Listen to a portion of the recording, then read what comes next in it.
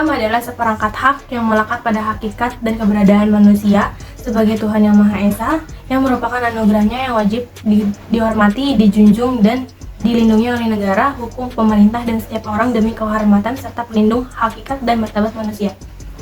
Hak asasi manusia adalah sebuah konsep hukum dan normatif yang menyatakan bahwa manusia memiliki hak yang melekat pada dirinya karena ia adalah seorang manusia. Hak asasi manusia berlaku kapan saja, di mana saja, dan kepada siapa saja, sehingga sifatnya universal. Setidaknya terdapat dua undang-undang yang menjadi landasan perlindungan dan penegakan HAM di Indonesia, yaitu Undang-Undang Nomor 39 Tahun 1999 tentang Hak Asasi Manusia dan Undang-Undang Nomor 26 Tahun 2000 tentang Pengadilan Hak Asasi Manusia. Kedua undang-undang tersebut mengatur perlindungan yang sangat luas terkait HAM. Macam-macam dari hak. Yang pertama, hak untuk hidup. Setiap manusia berhak untuk hidup, berhak untuk mempertahankan hidupnya, dan berhak untuk meningkatkan kesejahteraan hidupnya. Yang kedua, ada hak berkeluarga dan melanjutkan keturunannya. Setiap manusia atau individu berhak untuk membangun sebuah keluarga tanpa harus ada tekanan, serta berhak untuk memiliki keturunan lewat suatu perkawinan yang sah. Yang ketiga, hak untuk mengembangkan diri. Setiap manusia berhak untuk berkomunikasi serta mendapatkan informasi sesuai kebutuhan, serta berhak untuk merasakan manfaat dari pengetahuan, teknologi, seni, dan budaya.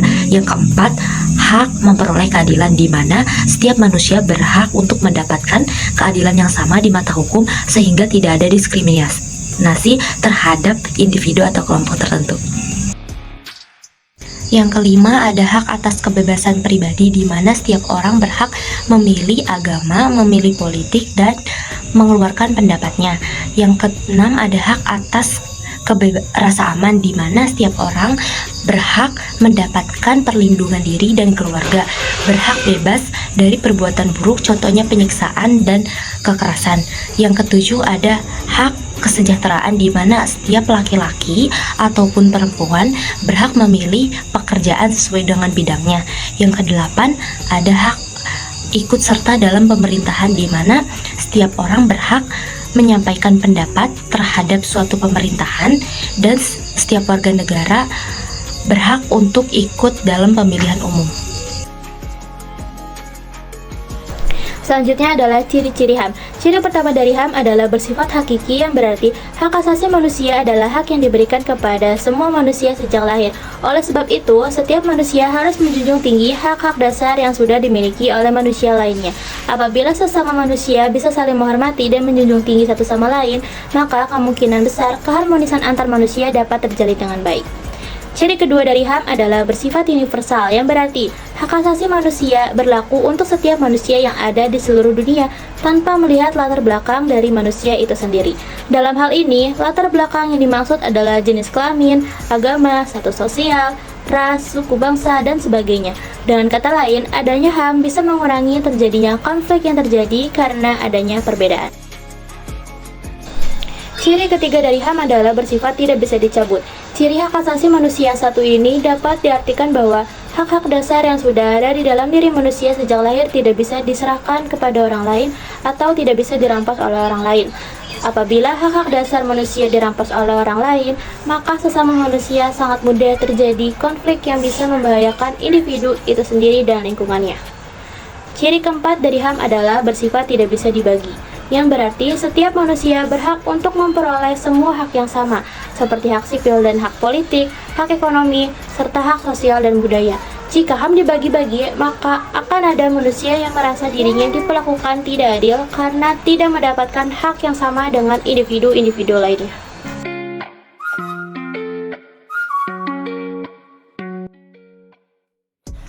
Pelanggaran-pelanggaran HAM terbagi menjadi dua, yaitu pelanggaran HAM berat dan pelanggaran HAM ringan. Untuk pelanggaran HAM berat meliputi pemusnahan, pembunuhan, pembudakan, penyiksaan, pengusiran penduduk secara paksa, pemerkosaan, dan perampasan. Di sini saya ambil sebagai contohnya pembunuhan. Pada 19 tahun lalu, seorang pejuang hak asasi manusia atau HAM, Munir Said Tholib, dibunuh di udara. Pembunuhan ini terjadi ketika di Indonesia sedang maraknya pemilihan umum atau pemilu 2004. HAM ringan meliputi kelalaian dalam memberikan penanganan kesehatan, pencemaran lingkungan secara sengaja, perundungan atau bullying di sekolah, tidak memperdulikan penyandang disabilitas, mengungkapkan kata-kata kasar kepada teman, mencemarkan nama baik, dan melarang orang lain untuk menyampaikan aspirasinya. Contoh di sini, perundungan di sekolah atau bullying. Pelanggaran HAM di sekolah dapat merupakan diskriminatif, kekerasan fisik, psikis, simbolis, perusakan disabilitas, dan lain-lain. Hernawati Domanik dan Sundang P. dalam Jurnal Keluarga Sehat Sejahtera Vol 16 nomor 1 tahun 2018 menjelaskan faktor memicu pelanggaran HAM di sekolah, antara lain sifat egois siswa, kurangnya pengetahuan HAM, serta minimnya sanksi bagi pelanggaran HAM di sekolah. Pada dasarnya, hak asasi manusia ini sudah ada sejak manusia itu sendiri lahir. Sehingga dapat dikatakan bahwa sejak kecil manusia sudah memiliki hak-hak dasar untuk perkembangan hidupnya. Dengan deklarasi umum hak-hak asasi manusia dalam kurung The Universal Declaration of Human Rights, maka masyarakat di seluruh dunia sudah semestinya untuk saling menjaga dan menjunjung tinggi HAM. Hal ini perlu dilakukan agar sesama manusia dapat menjalani kehidupan yang lebih tenang, damai, dan layak. Di Indonesia, hak asasi manusia sudah diatur dalam Undang-Undang Nomor 39 Tahun 1999 yang dimana di dalam undang-undang tersebut banyak sekali pasal-pasal yang berhubungan dengan HAM dan lembaga perlindungan HAM. Maka dari itu, sebagai warga negara Indonesia yang baik, kita perlu menjunjung tinggi HAM.